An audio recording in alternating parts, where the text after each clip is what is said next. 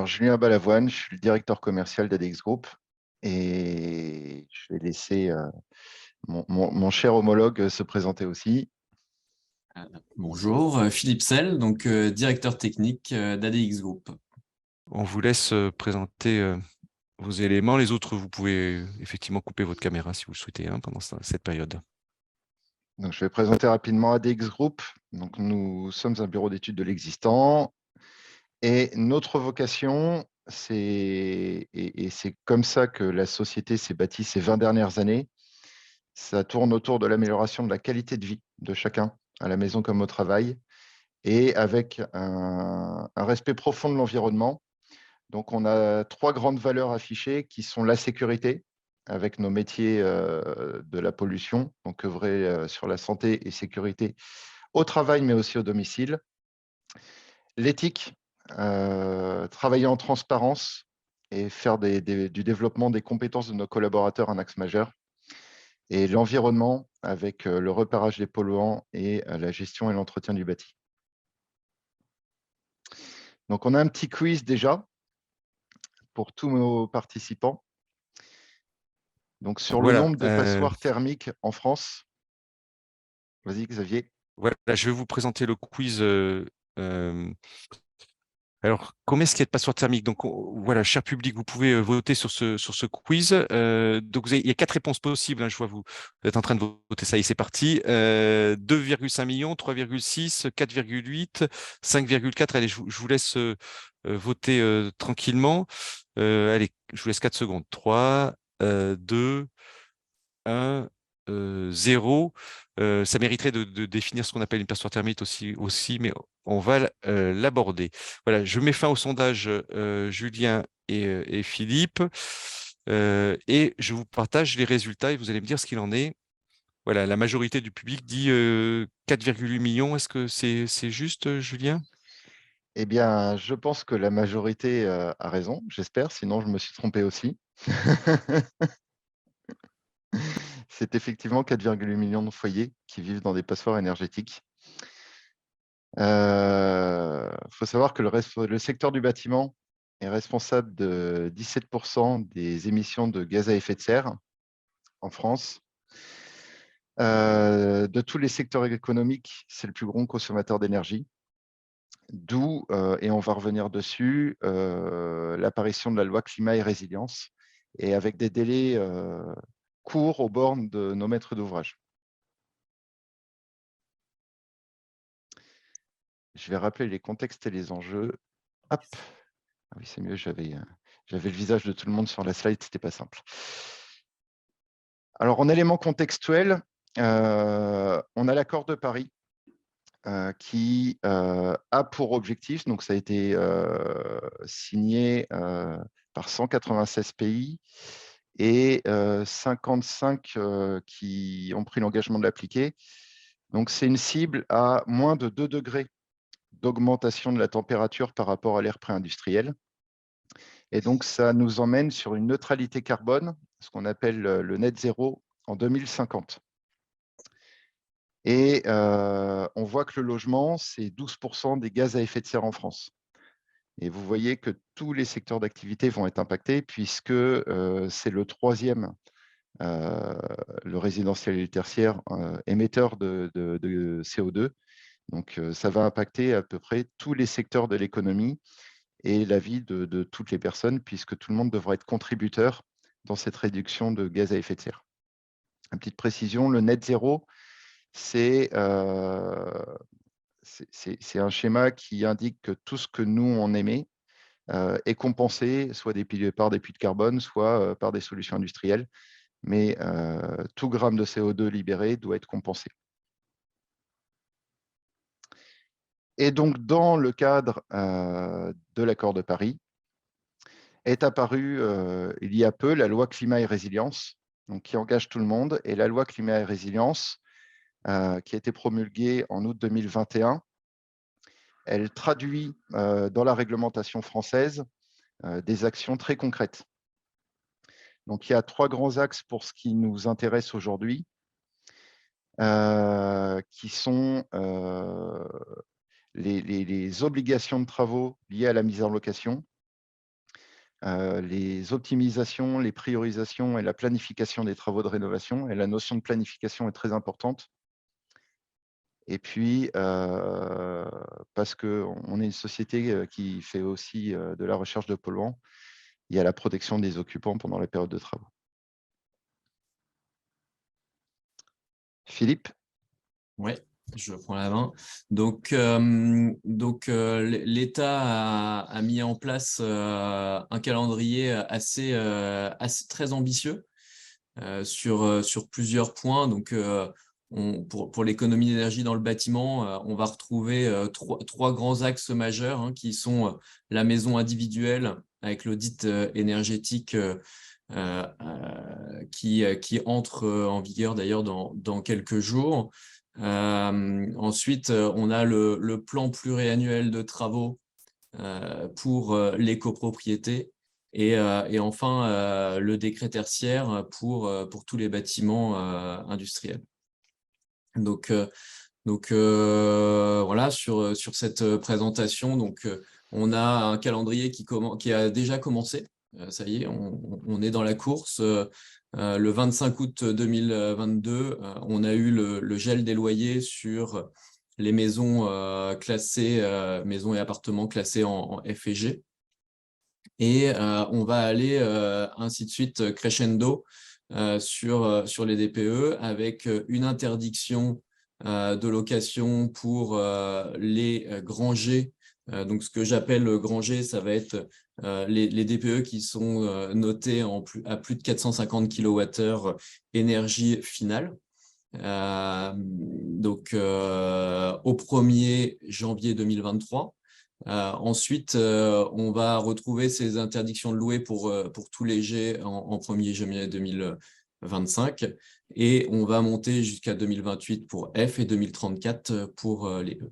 En parallèle, on a nos obligations sur le plan pluriannuel de travaux qu'on va détailler un peu plus tout à l'heure sur la slide suivante qui vont… Excuse-moi. Non, c'est pas fini. Reviens. Je reviens, excuse-moi, c'est mon doigt qui a ripé. Hop, voilà. Donc, plan pluriannuel de travaux qui sont obligatoires, qui seront obligatoires donc, pour les copros comprises entre 51 et 200 lots l'année prochaine. On a commencé avec les plus de 200 lots depuis le 1er janvier de cette année.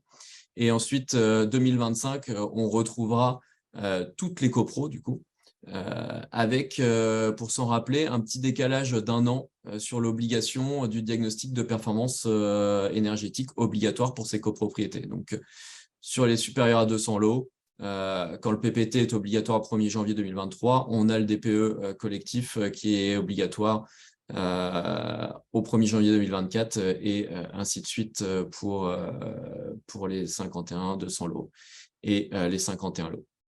Donc, ça va permettre d'accélérer la rénovation énergétique. Et là, je veux bien que tu passes à la slide suivante, s'il te plaît. Donc, petit focus sur l'audit énergétique des maisons individuelles et des immeubles en monocopropriété. Donc, cet audit réglementaire qui va débuter au 1er avril va permettre pour l'acquéreur d'avoir des scénarios de travaux qui vont déjà le sortir dans un premier temps de la passoire énergétique pour le mettre au minima en E. Et l'objectif étant de monter l'ensemble des logements en C pour tous ceux qui sont en F et G et ceux qui sont en DE, essayer de les monter en B. Donc voilà, avec un chiffrage, vous pourrez nous poser des questions complémentaires en fin de réunion. Je veux bien que tu passes. Donc oui, plusieurs scénarios, pardon. On va retrouver ces audits énergétiques pour la vente, mais aussi dans le cadre incitatif pour l'économie d'énergie avec MaPrimeRénov', les certificats d'économie d'énergie, les éco-prêts à taux zéro. Et ces audits énergétiques peuvent être faits soit de méthode 3CL, sur la méthode 3CL, en général, donc pour tout ce qui est individuel. Pour ce qui est collectif, on sera également en 3CL, sauf si les économies d'énergie sur les si les aides C2E sont demandées, où là, on a une demande d'éligibilité qui passe par BAO et la THCX. Merci.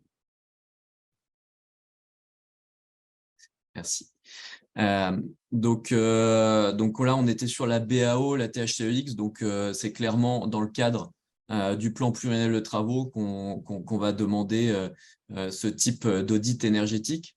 Et donc, le plan pluriannuel de travaux, quel est son objectif? L'objectif, donc, il vient remplacer le DTG qui existait avant celui-ci. Il vient intégrer évidemment la problématique énergétique. Donc, l'idée étant d'organiser les travaux sur 10 ans dans l'immeuble. Et en organisant ces travaux, je prends bien évidemment en compte maintenant la partie énergétique dans le but de faire des travaux qui soient sensés et pas à refaire.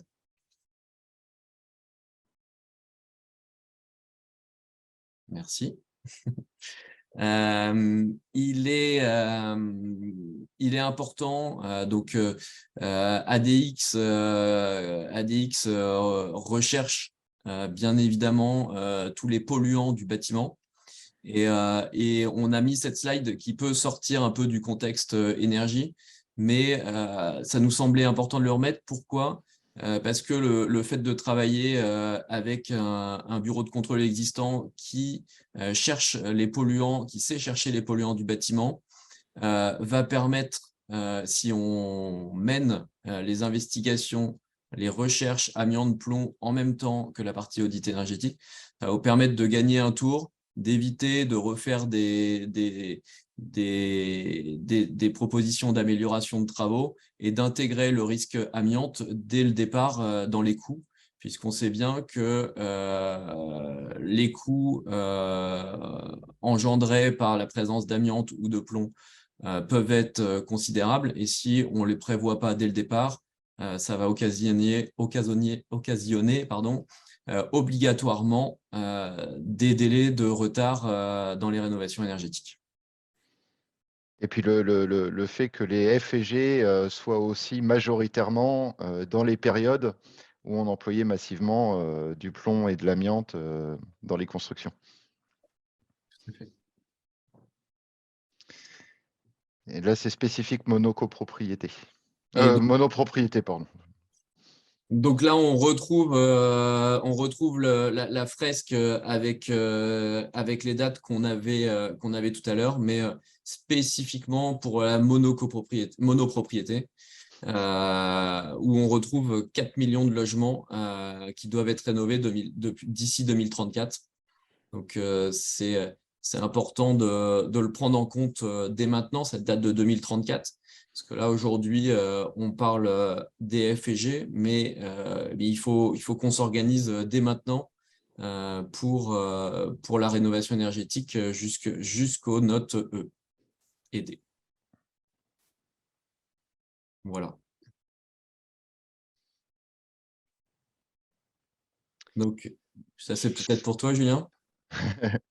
Oui, on voit que le calendrier est très court. Donc, effectivement, on ne parle pas de quelque chose lointain dans le temps, mais qui a déjà démarré, en fait. Donc, là, on est, et c'était l'intérêt de la webconférence, c'était de refaire un tour d'horizon sur des choses dont c'est l'actualité pour bon nombre de nos interlocuteurs au quotidien depuis déjà 18-24 mois d'un point de vue opérationnel, et c'est ce qu'on va découvrir avec nos intervenants. Je vais rendre la main